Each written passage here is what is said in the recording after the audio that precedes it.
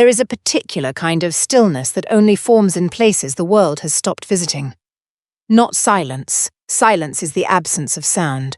Stillness is something older. It is what remains after a person has trained themselves for long enough to expect nothing. The diner had that quality. It lived at the far end of a street that the city had quietly decided not to remember, the kind of block where the pavement cracked in peace, and the only foot traffic belonged to the people who had nowhere more important to be. The neon sign above the door flickered when it rained, which in Seoul meant it flickered often. It buzzed a low, red frequency that had long since stopped bothering anyone inside.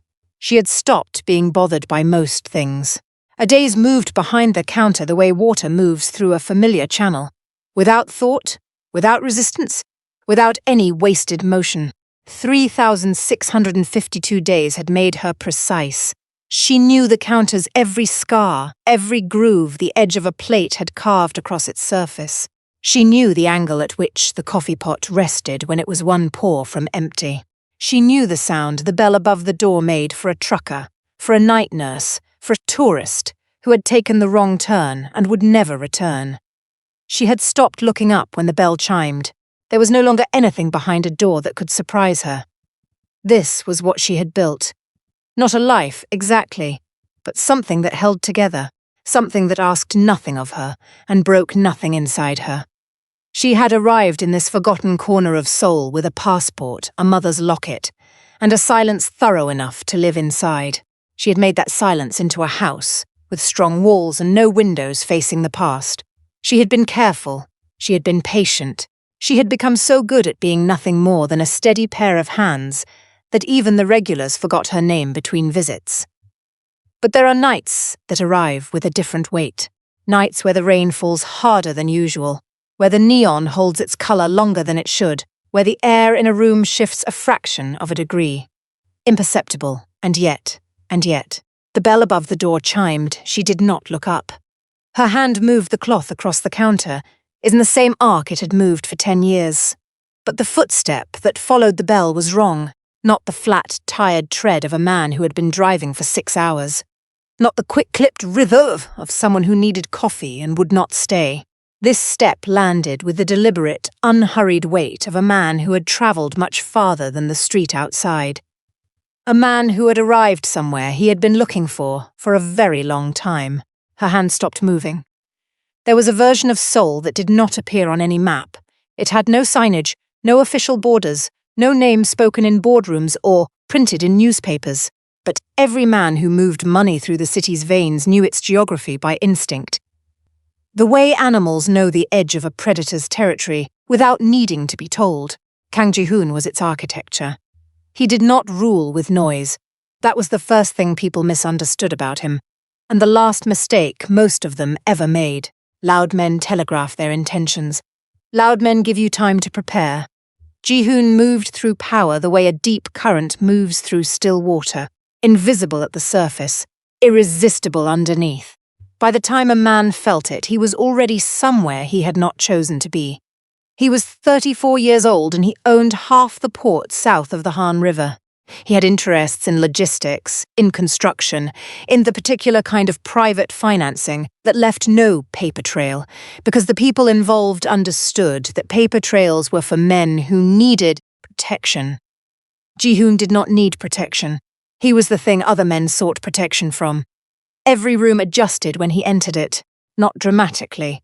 There was no parting of crowds, no visible deference. It was subtler than that, and therefore more absolute. Conversations shifted register. Shoulders realigned. The air in a space recalibrated itself around the fact of him, the way a body of water finds its own level after a stone has been placed inside it. He had been taught this by a father who ruled the same way, and by a childhood that had offered no softer curriculum. Power was not given. It was accumulated in small, deliberate increments, and it was held by never letting anyone see where it ended, what no one was taught to look for, and therefore what no one ever found, was the silence at the center of it. Not the strategic silence of a man calculating his next move, something older than strategy. The kind of silence that forms when a person has spent so long performing control that they can no longer locate the part of themselves that does not perform. Ji-hoon sat at the head of a table in a room that cost more per square meter than most men earned in a year, and he felt the silence the way a man in a sealed room eventually feels the air thinning. Slowly then, all at once. He had everything a world built on fear and ambition had promised him. He ate alone. He slept in rooms that were never warm enough, no matter the season. He made decisions that moved cities, and he felt nothing when they landed. He had forgotten, somewhere between the First Empire and the Third, what it was like to want something that could not be acquired. She had learned that invisibility was a skill, like any other. It required practice. It required the deliberate unlearning of every instinct that made a person visible, the laugh that carried, the gaze that held a second too long, the particular way some women moved through a room as though they had a right to the space they occupied. Adiese had unlearned all of it. Carefully, completely, the way you unlearn a language you no longer need. Behind the counter, she was a study in economy. No wasted motion, no unnecessary sound. She moved from the coffee station to the pass-through window to the far end of the counter with the fluid, unhurried precision of a woman who had memorized every inch of the floor plan and made peace with it. She knew which stool wobbled, which burner ran hot, which of the regulars took their coffee before they sat down, and which needed a moment first. She knew these things the way she knew her own breathing, not because she had studied them, but because attention sustained long enough becomes its own kind of intimacy. Truck driver with the cracked knuckles, black coffee, 2 sugars, never a third. Night nurse from the hospital, 4 blocks east. Green tea when she was coping, black coffee when she wasn't, and Adiese never asked which it was tonight, because the woman needed someone who already knew. The old man who came every Thursday and ordered soup he barely touched. Extra napkins, no questions, a refill he didn't ask for at precisely the right moment. She remembered everyone's order. No one remembered her name. This was not a wound. She had been careful to ensure it was not a wound. A wound implies something still open, still reaching for air. Adiese had sealed every opening with the same quiet thoroughness she brought to closing the diner each night. Lights off, in a particular order, door checked twice, the world outside locked out with a routine that asked nothing of her heart. People looked through her the way they looked through a clean window. Grateful for the clarity, unaware of the glass. She had built this. That was the part people would not understand if they had known to look. She had not arrived at invisibility through defeat. She had chosen it with both hands, the way a person chooses a coat that is slightly too large because it covers more sore. It was armor, not absence. There was a version of Adiese, vivid, present, unguarded, that still existed somewhere beneath the counter's rhythm and the averted eyes. She was simply not available. Not to the truckers, not to the nurses, not to the lost tourists, not to the city that had never known her name. She had locked that version of herself in a room with no handle on the inside. She had told herself on enough sleepless nights that this was strength. She had almost begun to believe it. It had been a Tuesday which seemed, in retrospect, too ordinary a day for the thing that happened. He had not meant to be in Itaewon at all. He had been redirecting, a meeting cancelled, a car rerouted, a rare unscheduled hour dropping into an afternoon that had no container for it. His driver had asked where to go, and Ji-hoon, uncharacteristically, had said nothing.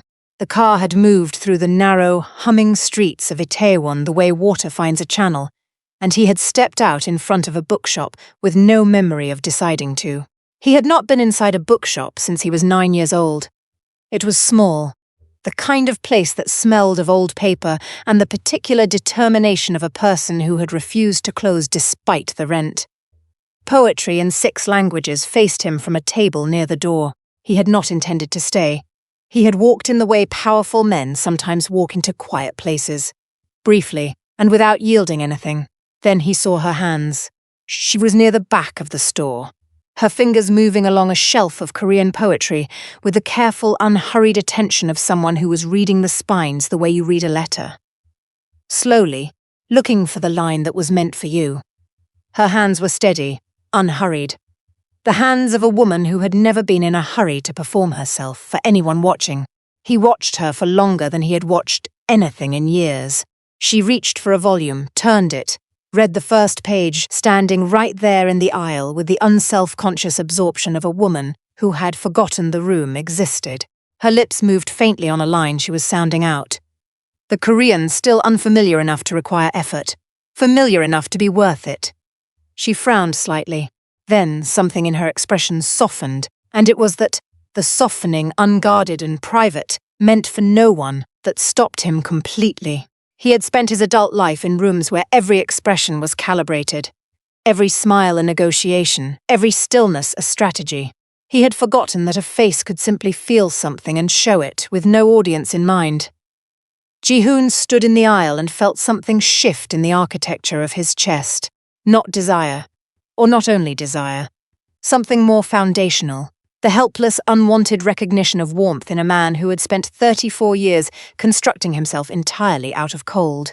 He did not approach her that day. He bought a book he would never read and left without speaking. But he came back the following Tuesday. And the one after that, because there are things a man can walk away from once and tell himself it was discipline. The second time he walked away, he already knew the truth. He was not walking away. He was memorizing the route back. The apartment above the bakery smelled of flour before dawn and warm sugar by morning, and in the hours between those two things, it smelled of whatever started.A's was cooking. Which was always something unhurried, always something that required patience, always something that filled a room, the way a voice fills a room when it has nothing left to prove. It was 3 rooms. A kitchen that doubled as a dining room, a bedroom with a window that faced a wall, and still somehow caught the light, a narrow hallway where his coat eventually stopped being a visitor and started, hanging like it belonged. The floors were old wood that announced every footstep. The radiator knocked in the night. The window above the sink looked out onto a street so unremarkable it was almost peaceful. It was the most real place Ji-hoon had ever been inside. He came after midnight, always. Never announced, but never unexpected. Started.A's learned the particular sound of a car that moved with intention through an empty street, and the weight of a man who had been carrying a city all day. Setting it down outside her door, she learned to leave the light above the stove on. Not the overhead light, which was too bright and too declaring. The stove light, which was warm and small and asked nothing of either of them. He would sit at the kitchen table without being invited to, because somewhere, in the 3rd or 4th visit, it had stopped being her kitchen table and started being the place where he became something other than what the city had made him. He did not talk about business at that table. He did not make calls, did not review the quiet intelligence his men brought him, did not wear the particular expression that caused rooms to rearrange themselves.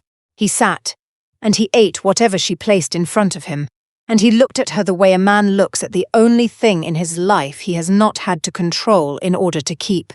Sometimes they talked for hours. Sometimes they sat in a silence that had nothing of emptiness in it.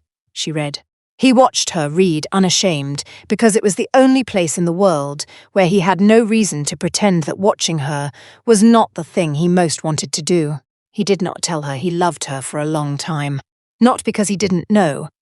He knew with a certainty that had settled in him like ballast, but because he understood instinctively that she was a woman who had learned to distrust declarations, that she would believe what she observed long before she believed what she was told. So he showed up, Tuesday after Tuesday, midnight after midnight, winter into spring, into the particular warmth of a Seoul summer above a bakery that never quite cooled down.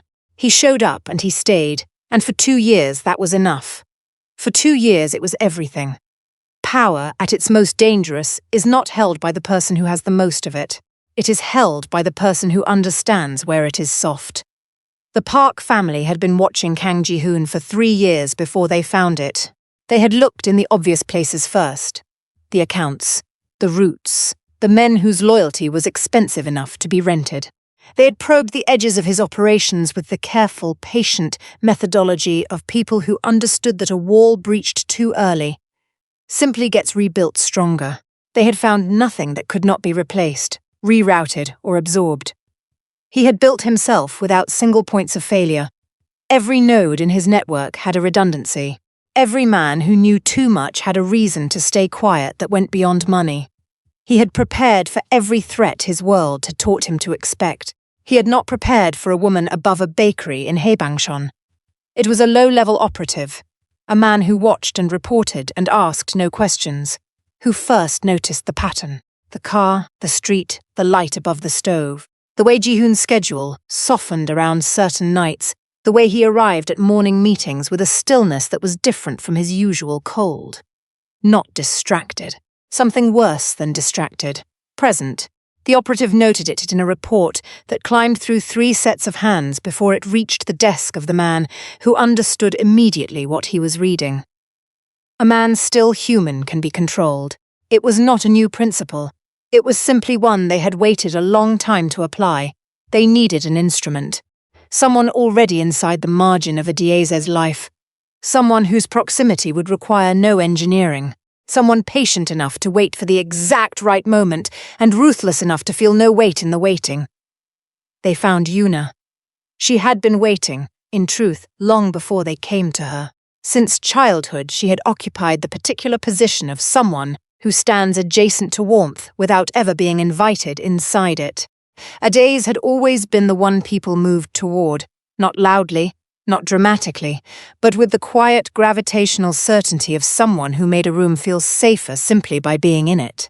Yuna had spent her life watching that happen and cataloguing, with a precision she mistook for patience, everything Adaze had that was not hers. She said yes before they finished the proposal. She asked only one question. Would she be there when Adaze saw it? They told her yes. She smiled with a satisfaction so thorough it had clearly been rehearsed for years. The smile of a woman who had been waiting for the world to go dark long enough to take what she wanted without anyone watching. No one thought to consider what it meant that she wanted to be seen doing it. That was not ambition. That was something older and much harder to satisfy. The night began the way the best-constructed traps always begin. Beautifully, there had been a dinner. Something formal, something that required the kind of clothes that announced a life Adaze was still learning to inhabit without apology. She had worn a deep green dress and the mother's locket at her throat, and Ji-hoon had looked at her across a table of men whose names she would never need to know, with an expression he did not bother to conceal, which was itself a kind of declaration from a man who concealed everything. She had left early. A headache. Genuine, low-grade, the kind that arrives with too much wine and too many strangers. He had pressed his hand briefly to the small of her back at the door and told her he would come later after. She had nodded and taken the car and told herself she would be asleep before midnight. She was not asleep before midnight. She had gone back for the book. That was the whole of it. A small, ordinary decision, the kind that history makes unbearable in retrospect. She had left it on the table in his private suite earlier that week. A volume of poetry, dog-eared at a page she had wanted him to read. She had thought of it lying there, unread, and turned the car around. The suite was on the 4th floor. The hallway was marble and quiet and softly lit in the way of places that cost enough to afford subtlety. She had her own key. She used it without knocking, the way a woman uses a key when she has been told 100 times that she does not need to knock. The door opened without sound. What she saw lasted perhaps 3 seconds. Long enough. Yuna, positioned with the careful deliberateness of a woman who had rehearsed for years, turned at precisely the right moment. Not startled, not guilty, but wearing an expression of quiet, satisfied arrival, as though she had been waiting for this exact angle of light, this exact witness. Adaze stood in the doorway and felt the world she had finally decided to hold on to dissolve in front of her like it had been made of something that was never meant to last. She did not scream. She did not cry. She did not speak. She stood for 3 seconds, and she looked at the life she had unlocked with her own key, and then she did the only thing she had ever known how to do when the world took something from her. She stepped back. She pulled the door closed with both hands, carefully the way you close a door on a room you are never going to enter again. No slam, no violence, just a soft final click of the latch finding its home in the frame. It was the quietest sound she had ever made. It was the loudest thing she had ever done. 10 years is not a number. It is a body of work. It is the specific weight of a coffee pot lifted 10,000 times until the wrist stops noticing. It is the way language reshapes itself around daily use. Her Korean, once careful and studied, becoming fluid and automatic, carrying the particular accent of a woman who had learned it from truckers and night nurses rather than classrooms. It is calluses that form not from hardship but from repetition, which is its own quiet kind of hardship. It is a face that learns to arrange itself into an expression that closes conversations before they open. She had built the diner into something that required all of her and asked for none of her. That was the precise calibration she had spent 10 years achieving. The work was absorbing enough to fill the hours, physical enough to exhaust the body, simple enough that it left no space for the kind of thinking that opened rooms she had locked. She arrived before the city woke, and she left after it quieted, and in between she was indispensable and invisible in equal measure, which was exactly what she had designed. On the shelf above the back counter, between a jar of dried peppers and a spare order pad, there was a photograph placed face down. She never moved it. She never turned it over. Its presence was enough. A reminder that she had chosen deliberately not to look. Some mornings she rested her hand on its back for a moment before the first customer arrived. She never examined why. Across the city, in rooms that cost more than the entire street her diner occupied, a different kind of decade was unfolding. Ji-hoon had found the truth within weeks. The sedatives traced to a supplier connected to the Park family's network. The messages recovered from Yuna's second phone, clinical, unhurried. The logistics of a staged scene planned with the same cold methodology his own world used for everything it wanted to destroy. He had sat with the evidence in his hands and felt something move through him that was not quite grief and not quite rage, but contained the full temperature of both. Yuna was removed from every room she had ever occupied through him before the month was out. The Park family learned over the following year the specific cost of touching something that was his. He was thorough, he was patient, he was merciless in the particular way of a man who has nothing left to protect and everything left to avenge. And then, when the wreckage was complete, he began to search. Not with urgency. Urgency was for men who believed the thing they had lost was already gone. He searched with the terrible, steady focus of a man who had decided that failure was not a possibility he was willing to accommodate. He turned his empire into a searchlight and pointed it at every forgotten corner of every city she might have chosen. He simply had not yet thought to look in the places the world had stopped visiting. The rain that night was the kind that erases things. It took the street signs first, then the outlines of the buildings, then the boundary between the pavement and the sky, until the world outside the diner windows was nothing but a dark, moving wash of water and refracted neon, red and white, red and white. The sign above the door holding its colour with an unusual, almost deliberate steadiness, as though it had decided tonight was not the night to flicker. Omoni had gone home an hour earlier. The last customer, the Thursday soup man, napkins fold, bowl barely touched, had shuffled out at 10:30.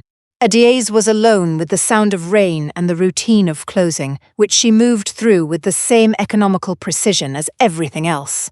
Wipe the counter, stack the cups, check the burners in a particular order that had become as automatic as breathing. She did not hear the car. She heard the bell.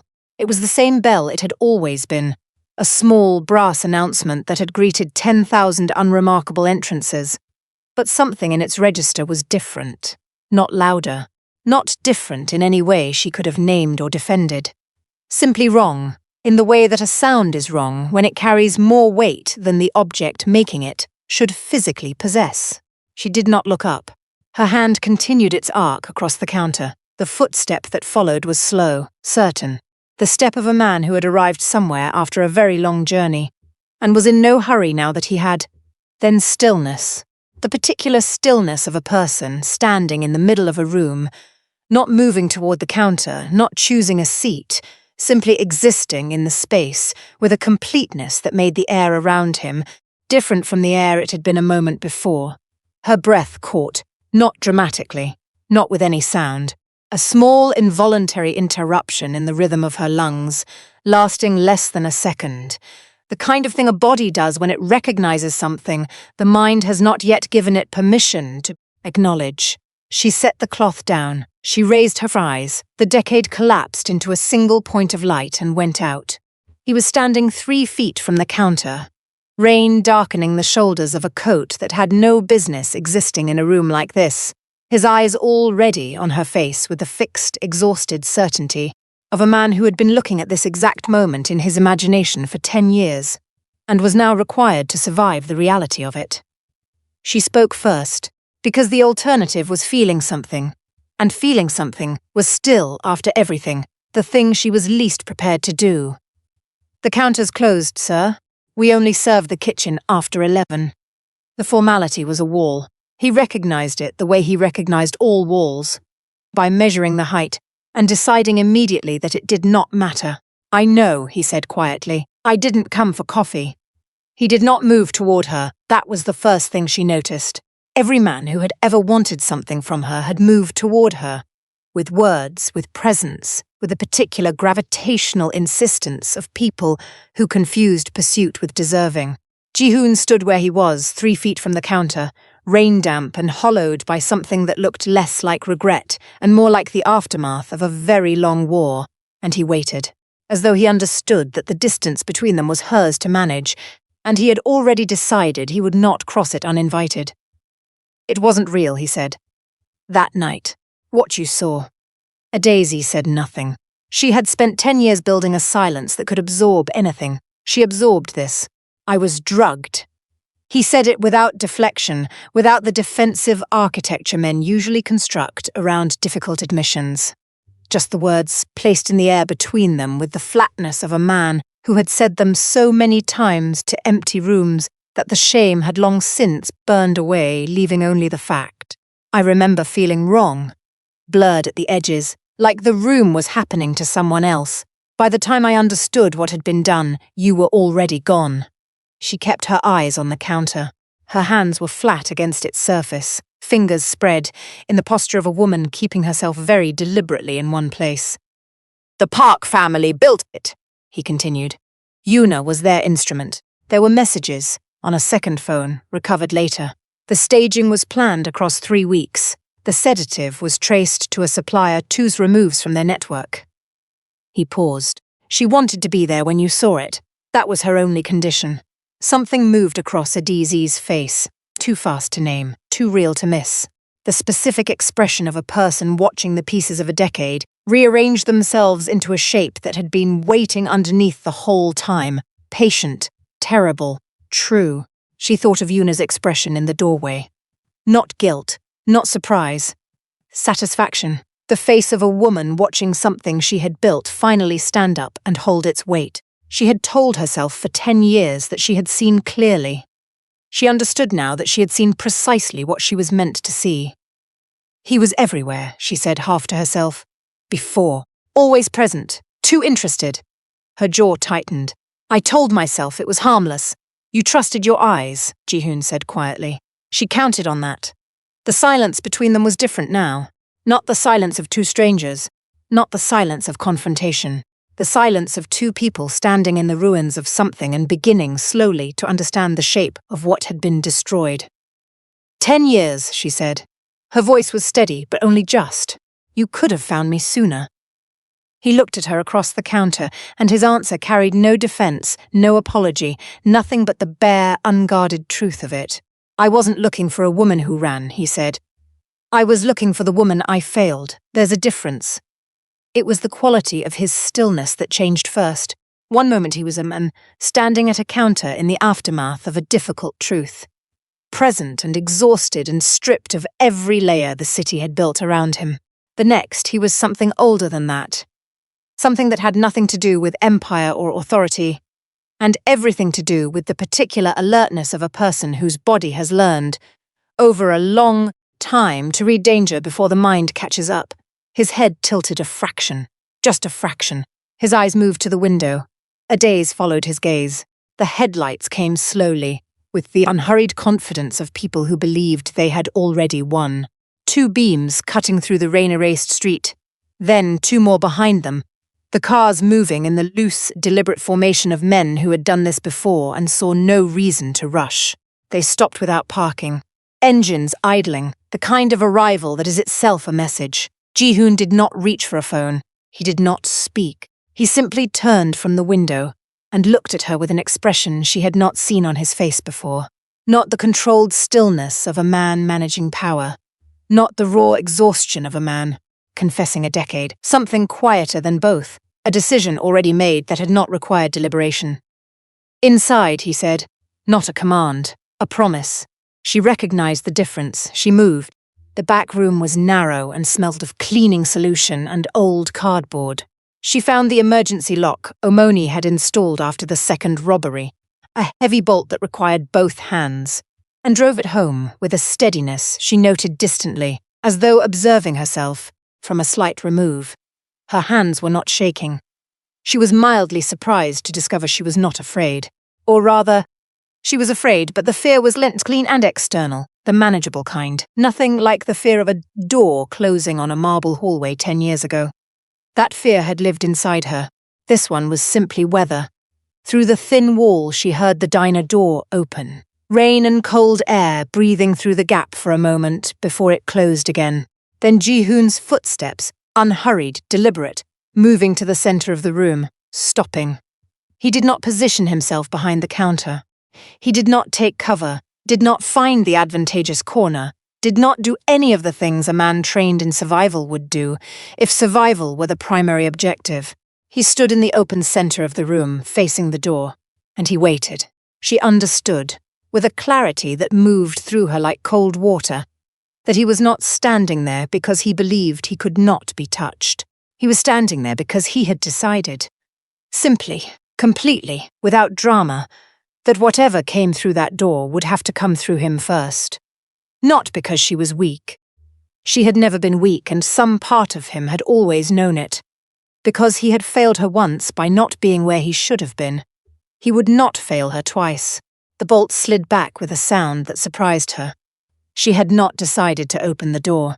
Or, rather, she had decided without deciding, the way the body sometimes acts ahead of the mind when the mind has been in charge too long, and made too many decisions that amounted to disappearing.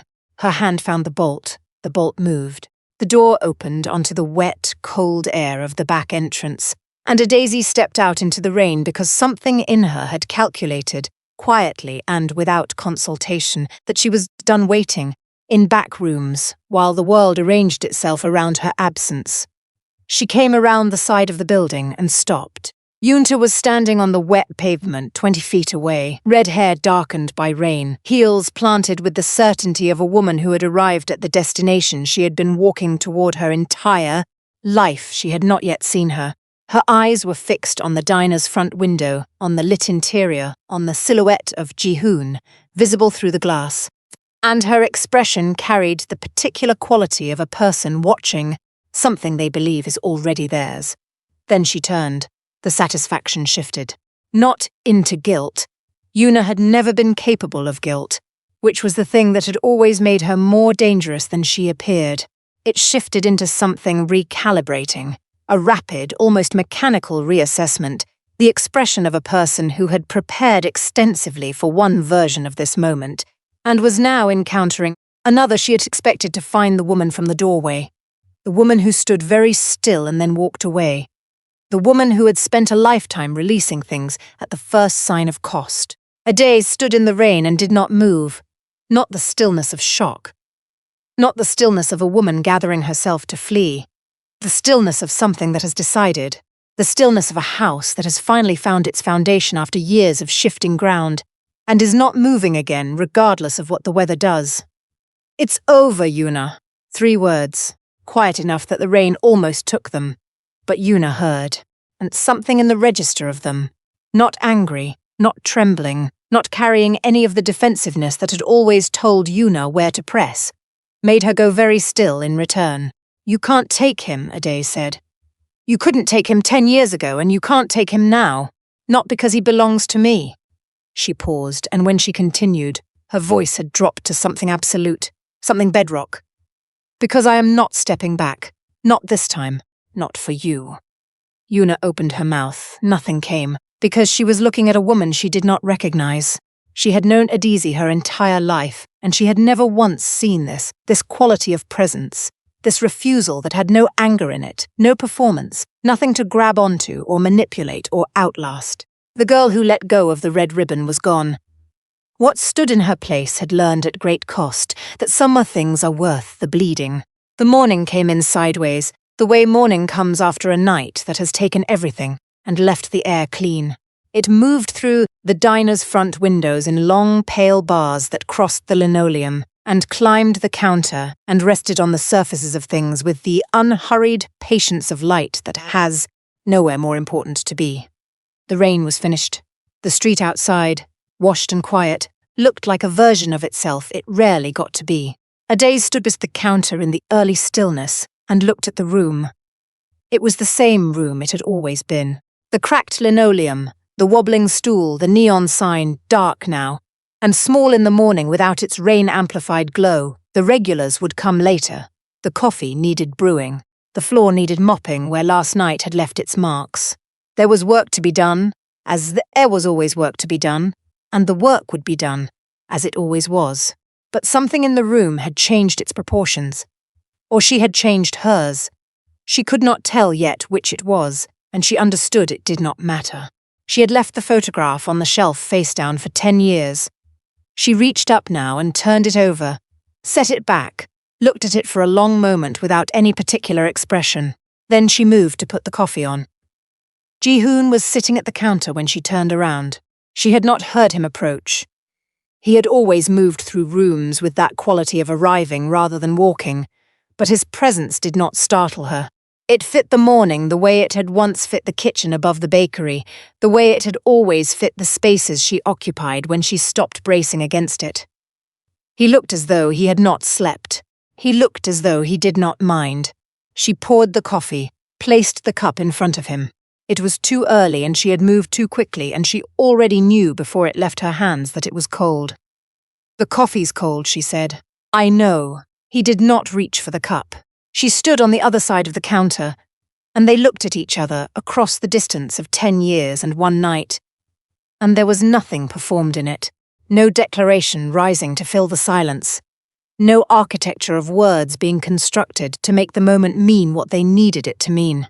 It already meant what it meant. That was the thing about real things. They did not require explanation. He placed his hand on the counter, palm up, unhurried. The hand of a man who had learned at great cost that the only way to hold something that matters is to open your hand and let it choose. She looked at it for a moment, the scars she didn't remember and the ones she did. Then she stepped out from behind the counter, bare feet on old linoleum, warm light on every surface. She put her hand in his. You can take what someone has, but you can't take what they are loved for. If you find this story interesting, please like, subscribe, and show your support.